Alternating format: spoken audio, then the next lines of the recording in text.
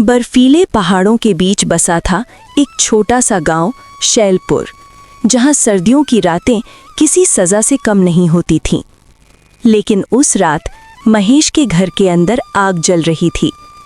ये आग ठंड भगाने के लिए नहीं थी, बल्कि एक ऐसी साजिश को अंजाम देने के लिए थी जो 2 मासूम बच्चियों की जिंदगी हमेशा के लिए बदल देने वाली थी।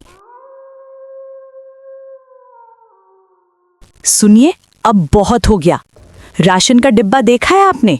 आधा खाली हो गया है। उन दोनों को खिलाते खिलाते हम सड़क पर आ जाएंगे। आपके भाई की बेटियां हैं तो क्या हुआ?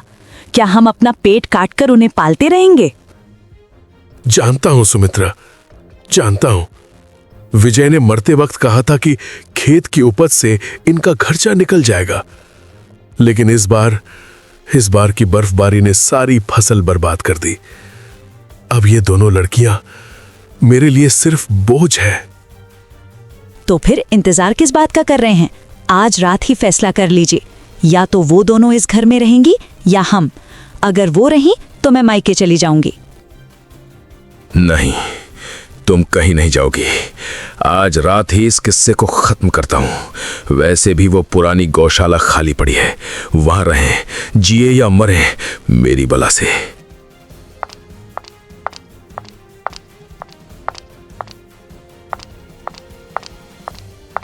महेश और सुमित्रा उस कमरे की तरफ बढ़े जहां 2 मासूम बहनें बैठी थीं। बड़ी थी नेहा, उम्र 15 साल, और छोटी थी दिया, उम्र 12 साल। दोनों पुरानी किताबों में खोई थीं, इस बात से बेखबर कि जिंदगी का सबसे बड़ा तूफान उनके दरवाजे पर दस्तक दे चुका था। नेहा, दिया, बाहर निकलो अभी के अभी। क्या हुआ चाचा जी? हमसे कोई गलती हो गई क्या? गलती? अरे तुम दोनों का पैदा होना ही गलती थी। मुफ्त की रोटियां तोड़ते तोड़ते शर्म नहीं आती तुम्हें? देखो, अब हमारे पास तुम्हें खिलाने के लिए एक दाना भी नहीं बचा है। चाची जी, ऐसा मत कहिए। हम कम खा लेंगे। मैं 2 की जगह 1 ही रोटी खाऊंगी, पर हमें घर से मत निकालिए। बाहर बहुत ठंड है, हम जम जाएंगे। नाटक बंद करो। मैंने पंचायत को भी बोल दिया है कि हम अब तुम्हारा खर्चा नहीं उठा सकते। निकलो यहाँ से। चाचा जी, पिताजी के जाने के बाद आप ही हमारे पिता समान हैं। अगर आप ही हमें निकाल देंगे तो हम कहाँ जाएंगे? इस तूफानी रात में तो जानवर भी बाहर नहीं निकलते। हम पर थोड़ी दया कीजिए, बस थोड़ी सी दया। दया? दया से पेट नहीं भरता। वो गांव के आखिरी कोने पर जो हमारी पुरानी टूटी झोपड़ी है, वो आज से तुम्हारा महल है। जो करना है वहां करो, बस मेरी आंखों के सामने मत आना। महेश ने दोनों के कुछ कपड़े आंगन में फेंक दिए और धक्के मारकर गेट से बाहर कर दिया। दोनों बहनें कपड़ों की पोटली उठाए बर्फ में कांपते हुए चल रही थीं। बाहर का तापमान 0 से नीचे था और उनके पास पहनने के लिए पर्याप्त गर्म कपड़े भी नहीं थे।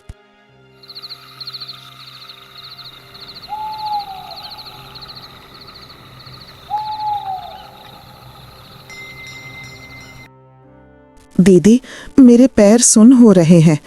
मुझसे और नहीं चला जा रहा। क्या हम रमाकांत काका के घर मदद मांग सकते हैं? कोशिश करते हैं दिया, शायद कोई दरवाजा खुल जाए। वे एक पड़ोसी के दरवाजे पर दस्तक देती है। रमाकांत काका, काका दरवाजा खोलिए, हम नेहा और दिया हैं। अरे जाओ यहाँ से। महेश भाई ने मना किया है तुम्हें पनाह देने से। मैं उनसे दुश्मनी नहीं ले सकता। भागो यहाँ से। दीदी, अब क्या होगा? कोई हमारी मदद नहीं करेगा। तो हिम्मत मत हार छोटी। जब सारे दरवाजे बंद हो जाते हैं तो ऊपर वाला कोई खिड़की जरूर खोलता है। चल, हम उस पुरानी गौशाला की तरफ चलते हैं। कम से कम सिर के ऊपर छत तो होगी।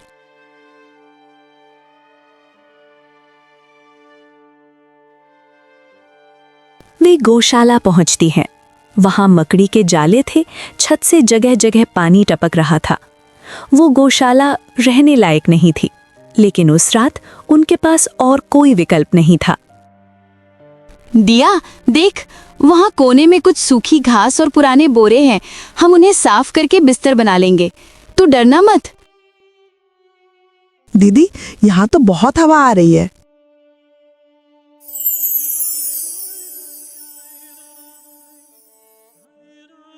अब नहीं आएगी हवा। आओ, हम दोनों एक दूसरे से सट कर बैठते हैं। शरीर की गर्मी से ठंड कम लगेगी। दोनों बहनें फटे पुराने कंबलों में सिमट कर बैठ गईं।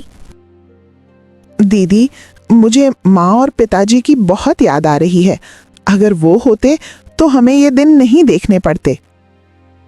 याद है माँ क्या कहती थी? बहादुर बच्चे कभी रोते नहीं, वो रास्ता ढूंढते हैं। सो जा दिया, कल का सूरज हमारे लिए नई उम्मीद लेकर आएगा। मैं वादा करती हूँ, मैं सब ठीक कर दूंगी। दिया धीरे धीरे सो गई, लेकिन नेहा जागती रही। आंखों में चिंता थी और आंसू भी। उसने उस रात अपने टूटे दिल से एक वादा किया था कि चाहे कुछ भी हो, वो अपनी छोटी बहन को टूटने नहीं देगी। सुबह हो चुकी थी। मौसम थोड़ा साफ था, लेकिन ठंड अब भी बरकरार थी। दीदी, पेट में बहुत दर्द हो रहा है, भूख लगी है। मैं अभी कुछ इंतजाम करती हूँ, तो यहीं रुकना, कहीं जाना मत। नेहा गांव के रास्ते पर निकली। ठंडी हवा उसके गालों पर थपेड़े मार रही थी। तभी उसे एक पेड़ के नीचे बैठे मिले गोपाल दास बाबा। बुजुर्ग थे, लेकिन उनकी आंखों में जीवन की चमक थी। वाह बाबा, अरे नेहा बिटिया, तुम यहाँ, और तुम्हारी ये हालत क्यों है? तुम तो कांप रही हो। बाबा, चाचा जी ने हमें कल रात घर से निकाल दिया। हम उस पुरानी गौशाला में रह रहे हैं। दिया बहुत भूखी है। क्या विजय के भाई ने ऐसा किया? धिक्कार है ऐसे इंसान पर। विजय मेरा बचपन का यार था, उसकी बेटियों के साथ ऐसा अन्याय नहीं, नहीं होने दूंगा। ये मैं नहीं होने दूंगा। गोपालदास बाबा तुरंत उठे। वो अपने घर से गर्म दूध, रोटियां और कुछ ऊनी कपड़े लेकर नेहा के साथ गौशाला पहुंचे। खाओ बेटियों, आराम से खाओ। आज से तुम खुद को अकेला मत समझना। जब तक मैं जिंदा हूं, तुम्हें भूखा नहीं सोने दूंगा, नहीं सोने दूंगा। बाबा, आप बहुत अच्छे हैं। हमारे अपने चाचा ने तो हमें पानी तक नहीं पूछा। बेटा, खून के रिश्ते सिर्फ जन्म से नहीं होते, दिल से होते हैं। वैसे मैं तुम्हें एक बात बताता हूं। तुम्हारे पिता विजय ने ये सारी जमीन, जिस पर ये गौशाला है और पीछे का बंजर खेत है, तुम्हारे नाम की थी। लेकिन महेश ने चालाकी से उपजाऊ खेत तो ले लिए, पर ये बंजर हिस्सा छोड़ दिया, क्योंकि उसे लगा ये किसी काम का नहीं है। इसका क्या मतलब बाबा? ये जगह तो वाकई किसी काम की नहीं है। समय का पहिया घूमते देर नहीं लगती बिटिया। तुम बस सब्र रखो और यहाँ हिम्मत से रहो। मैं रोज तुमसे मिलने आऊंगा। 4-5 दिन बीत गए। नेहा और दिया ने मिलकर उस गौशाला को थोड़ा रहने लायक बना लिया था। एक सुबह एक सफेद गाड़ी धूल उड़ाते हुए गौशाला के सामने आकर रुकी। उसमें से उतरे संजय साहब, एक सरकारी सर्वेयर। उनके हाथ में एक नक्शा था। हाँ, नक्शे के हिसाब से यही वो जगह है। बिल्कुल सही लोकेशन है। उनकी आवाज सुनकर नेहा और दिया बाहर आती हैं। जी, कौन है आप लोग? क्या चाचा जी ने आपको भेजा है हमें यहाँ से भी निकालने के लिए? नहीं बेटा, डरो मत। मैं संजय हूँ, सरकारी सर्वेयर। क्या ये जमीन और ये पुराना स्ट्रक्चर तुम्हारे परिवार का है? तभी गोपाल दास बाबा दौड़ते हुए वहां आ पहुंचे। हाँ साहब, ये जमीन इन बच्चियों के स्वर्गीय पिता विजय की है। अब ये इनके नाम पर है। कागजात मेरे पास सुरक्षित है, लेकिन बात क्या है? बाबा जी, खुशखबरी है। सरकार प्रधानमंत्री ग्राम सड़क योजना के तहत एक बड़ा हाईवे निकाल रही है जो शहर को सीधा पहाड़ों से जोड़ेगा। और इंजीनियरिंग नक्शे के मुताबिक ये हाईवे ठीक इसी जमीन से होकर गुजरेगा। तो क्या आप हमारा घर तोड़ देंगे? फिर हम कहाँ जाएंगे? अरे नहीं गुड़िया, सरकार जब जमीन लेती है तो उसका चौगुना मुआवजा देती है।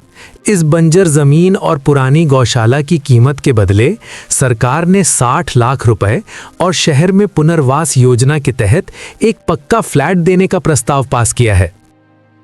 60 लाख? हे भगवान, तेरी लीला अपरंपार है। जिसे महेश ने कचरा समझकर फेंक दिया था, वो सोना निकल आया। सोना निकल आया।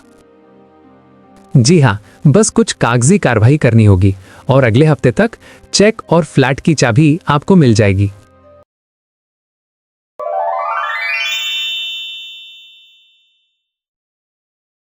जैसे ही ये खबर महेश और सुमित्रा को पता चली, वो दोनों बेचैन हो उठे। हाय, मैं मर गई। 60 लाख! वो दोनों कल की छोकरियां करोड़पति बन गई और हम यहाँ चंद रुपयों के लिए रो रहे हैं। शांत हो जा सुमित्रा, अभी बाजी हाथ से नहीं निकली है तो वो मेरी ही भतीजिया ना। अभी भी उनकी कानूनी उम्र कम है। मैं उनका गार्डियन बन सकता हूँ। बस थोड़ा प्यार का नाटक करना होगा। तो चलो जल्दी, इससे पहले कि वो चेक उनके हाथ लगे, हमें उन्हें वापस घर लाना होगा। नेहा और दिया अपना सामान बांधकर गोपाल दास बाबा के साथ जाने के लिए तैयार थीं। तभी महेश और सुमित्रा दौड़ते हुए आ पहुंचे। मेरी बच्चियों, नेहा, दिया, माफ कर दो मुझे माफ कर दो। मुझसे बहुत बड़ी गलती हो गई। शैतान सवार हो गया था मुझ पर अब मैं सब ठीक कर दूंगा। हाँ बेटी, देखो मैं तुम्हारे लिए गाजर का हलवा लाई हूँ। घर चलो, वो घर तुम्हारा ही तो है। अब हम सब साथ रहेंगे जैसे एक खुशहाल परिवार। दूर रहिए चाची जी, रुकिए वहीं, आगे मत बढ़िएगा। अरे बेटा, पुरानी बातें भूल जाओ। खून तो खून होता है। अब तुम्हारे पास इतना पैसा आ रहा है, तुम्हें संभालने के लिए बड़ों की जरूरत पड़ेगी। लाओ, वो कागज मुझे दे दो, मैं सब संभाल लूंगी। अच्छा, तो अब आपको रिश्ता याद आया। जिस रात हम ठंड में ठिठुर रहे थे, जब हम भूख से तड़प रहे थे, तब आपका ये खून कहाँ गया था? तब हम आपके लिए बोझ थे। आज हमारे पास पैसा है तो हम बेटी बन गए। बेटी, बड़ों को ऐसे जवाब नहीं देते। गलती तो इंसान से ही होती है ना। खामोश विमला की तरह बात करते हो। गलती नहीं, तुमने पाप किया था और पाप की माफी नहीं मिलती, सजा मिलती है। महेश, अब इन बच्चियों को तुम्हारी जरूरत नहीं है। और खबरदार, जो अब इनके आसपास भी दिखे। मैंने पुलिस को सारी बात बता दी है। अगर तुमने इन्हें परेशान किया तो जेल की हवा खानी पड़ेगी।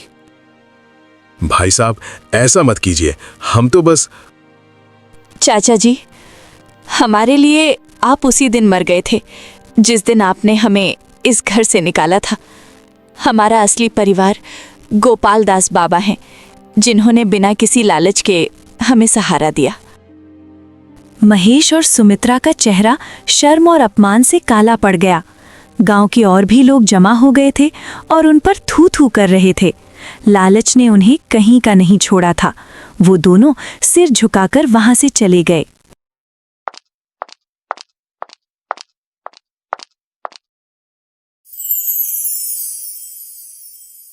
दीदी, इस टूटी झोपड़ी ने हमारी किस्मत बदल दी ना?